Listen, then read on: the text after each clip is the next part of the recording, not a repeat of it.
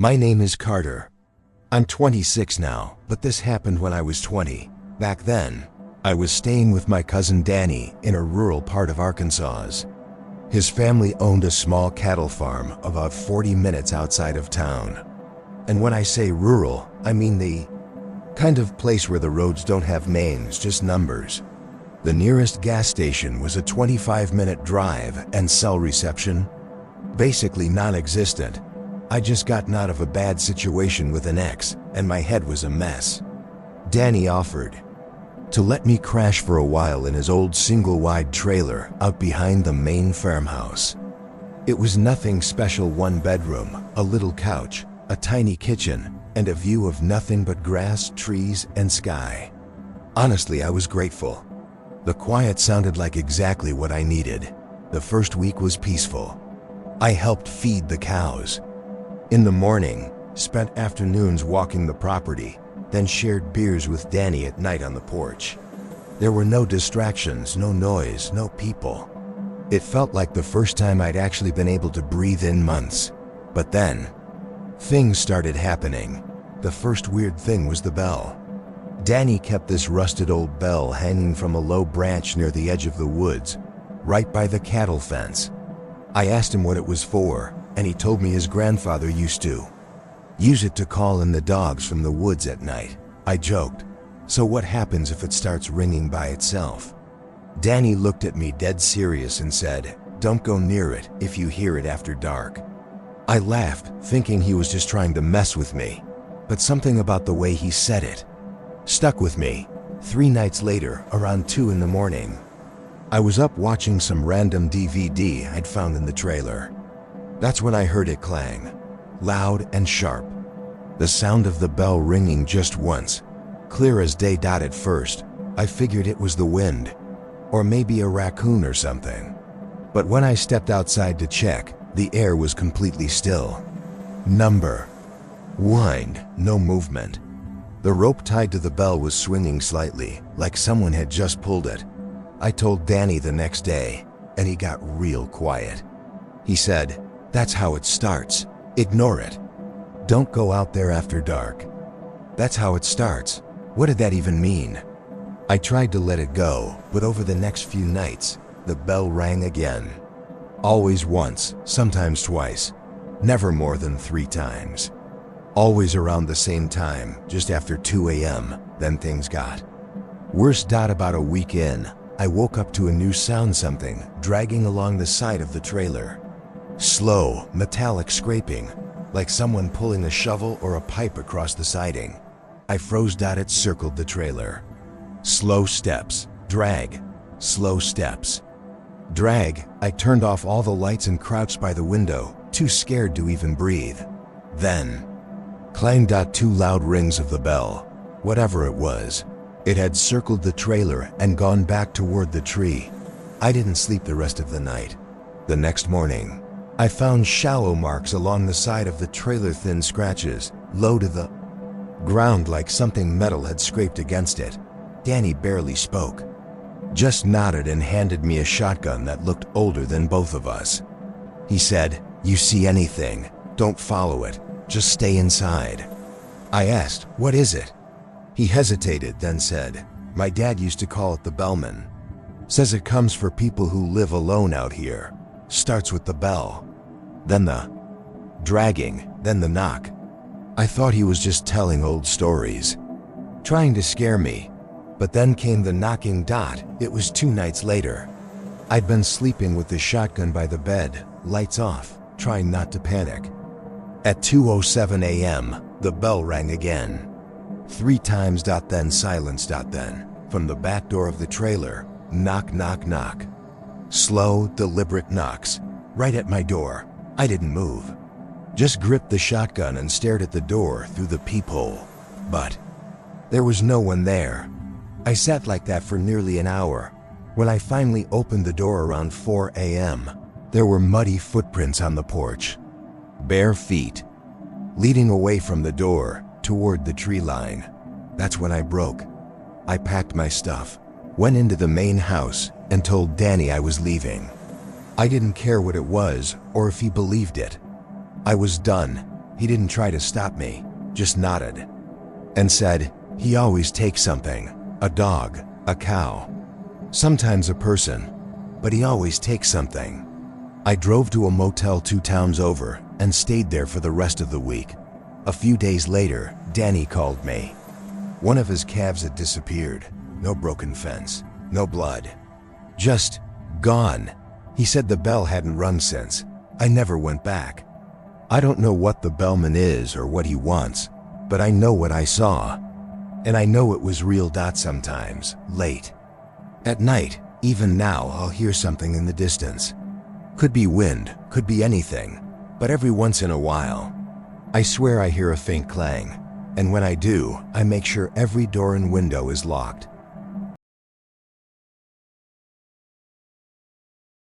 This happened in 2017, back when I worked harvest season in southern Indiana. I was a seasonal hand, followed the crops, worked where the pay was decent, and kept moving. No wife, no kids, just me and my old Chevy with a camper top. One of the deed farms I worked for that year was a massive soybean and corn operation, hundreds of acres. They had 4 silos lined up on the west edge of the property. I'd never been inside one before. Just loaded grain trucks and kept the conveyors running. The owner, Mr. Rourke, was a quiet old guy, ex-military. Lived alone, kept a big black dog with a scar down its face. The locals respected him, but people whispered about him too.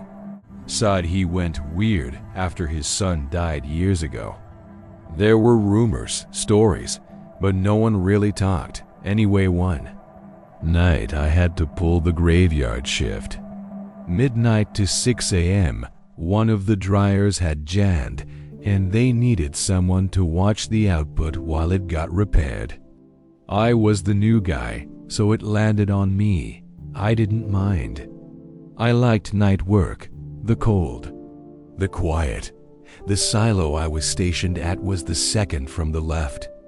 Big steel thing at least 80 feet high, with a graded catwalk around the top. I had a little shed nearby with lights, a radio, and some tools. I brought a thermos of coffee and figured I'd just tough it out. At first, everything was normal. The conveyor chugged. The grain flowed. The wind rustled the corn behind me. I walked the perimeter every half hour like I was told, but around 2:30 a.m., I saw something strange. There was movement inside the silo. Not the usual shifting of grain. Not the creaks of metal expanding in the cold. No, this was different. It looked like a shadow. A person standing just beyond the hatch. In the dark interior of the silo, I flicked on my flashlight and shone it through the slats. Nothing. Just rows and rows of dried corn. But I swore I'd seen someone, maybe a squatter, a thief. I radioed it in. The guy on the other end sounded half asleep. Told me I was probably just seeing things. Said people get jumpy alone at night. I let it go, but it didn't stop. The next hour, I kept hearing movement, shifting footsteps. Like someone walking slowly across the grain inside the silo. And every time I turned my light in, there'd be nothing there. And then, it laughed. I'll never forget that sound. Low, raspy, like a man who hadn't had water in days. A laugh that seemed to come from all around the inside of the silo. I froze, backed away, and that's when I saw him, up on the catwalk at the top of the silo. A man tall, bald, wearing old denim coveralls. Standing stock still, hands gripping the railing. Staring straight down at me. I shouted up, "Hey, you're not supposed to be up there." No response. Just stood there. UNMOVING. Then he stepped backward and disappeared into the darkness. I ran back to the shed and called Rourke directly. Told him someone was on the silo that he just said, "Which one?" I told him silo #2. There was a long pause. Then he said, "That one's been sealed for 5 years." Now I was freaked out. I ran out to the base of the silo to check the ladder. Sure enough, it had a thick padlock on it, rusted, unmoved. There was no way anyone had climbed up there. I didn't go back inside the shed.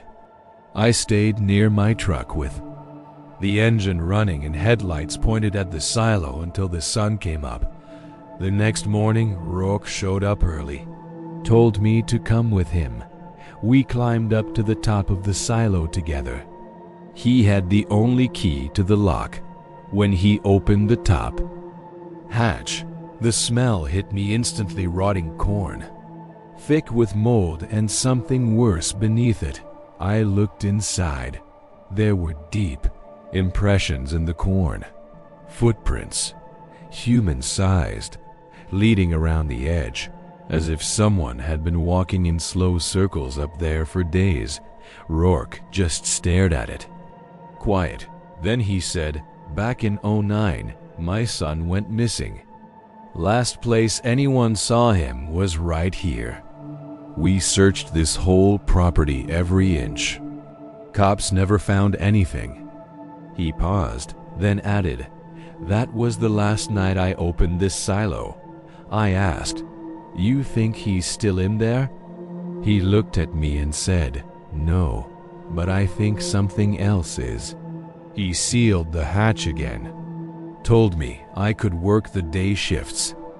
From now on, that was the last night I ever worked alone on that farm.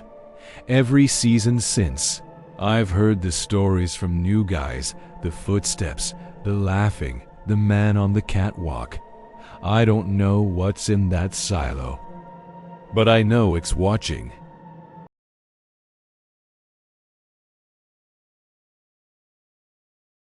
This happened to me back in 2009.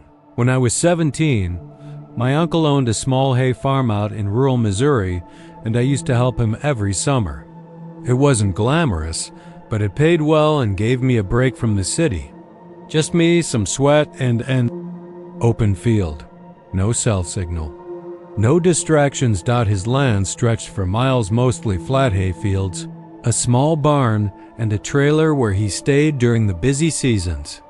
He'd live out there alone from May to September, only coming into town for supplies. That summer, though, something was off. It started when I showed up one morning and found him already outside, just standing in the field, staring off into the distance. I said, "Uncle Gary?" He didn't answer right away, just kept staring. Finally, he said, "Did you see a boy out there?" I laughed. "No. Why?" He didn't laugh back.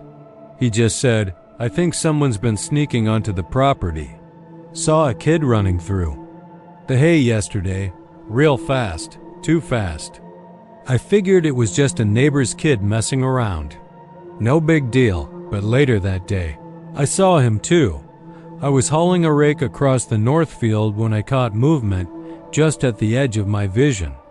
I turned and saw a boy, maybe 9 or 10 years old, running along the far side of the field.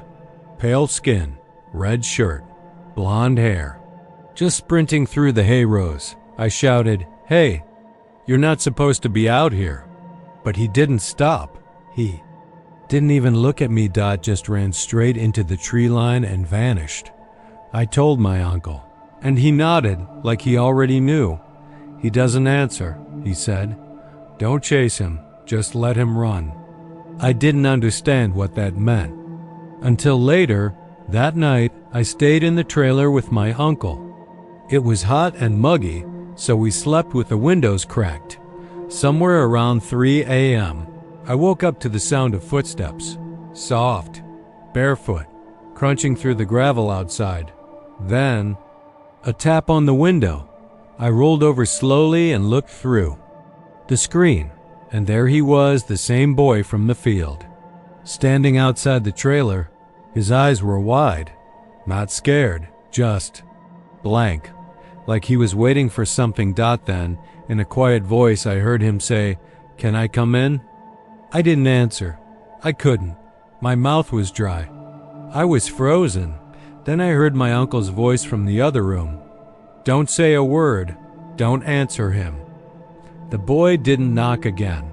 He just stood there for a minute or two, then turned and walked back into the field, disappearing into the darkness. I didn't sleep the rest of the night. The next morning, I asked my uncle who the boy was. He told me the story. Back in 1983, a local kid named Adam had gone missing during a county fair held near the property. He'd been playing hide-and-seek in the fields with his cousins and never came back. The whole town searched for him. Dozens of people combed every inch of the field and the woods. No trace. Then, in the early 90s, people started seeing him again. Not older. Not changed. The same blonde-haired boy in the same red shirt, running through the hay. Always around summer. Always between June and August. Uncle Gary said some folks thought it was a ghost. Others thought it was just an urban legend. But he'd seen the boy multiple times. And he learned never to interact, never to chase, never to answer, because those who did, they disappeared too. There was an old harvester tech who worked there in 1996, saw the boy, got curious and tried to follow him into the woods. They found his truck still running. His boots were by the creek. But no sign of him. Ever. I asked my uncle why he stayed on the property if he knew it was haunted. He said, "Because someone has to keep the boy company." That line stuck with me. I didn't know what he meant until my final week that summer. It was late August. The season was almost over. I was packing up my things to head back to school when my uncle told me something I'll never forget. He said, "If he knocks again and I'm not around, don't open the door. Even if he says my name." That was the last thing he ever said to me. I left the next morning. A week later, I got a call from my dad. Uncle Gary had gone missing. They found his trailer unlocked. Dinner on the stove. No sign of struggle, just a set of footprints in the gravel, leading out into the field. No one's seen him since. Now every summer, around late July, I'll get this weird feeling. Like I need to drive back out to that field. Like something's waiting. I haven't gone back, but a few nights ago, around 3 a.m., I woke up in my apartment to a sound outside. Soft footsteps. Then tap, tap, tap on my window. When I looked, there was no one there. But in the morning, pressed into the dust on the glass, was a small handprint.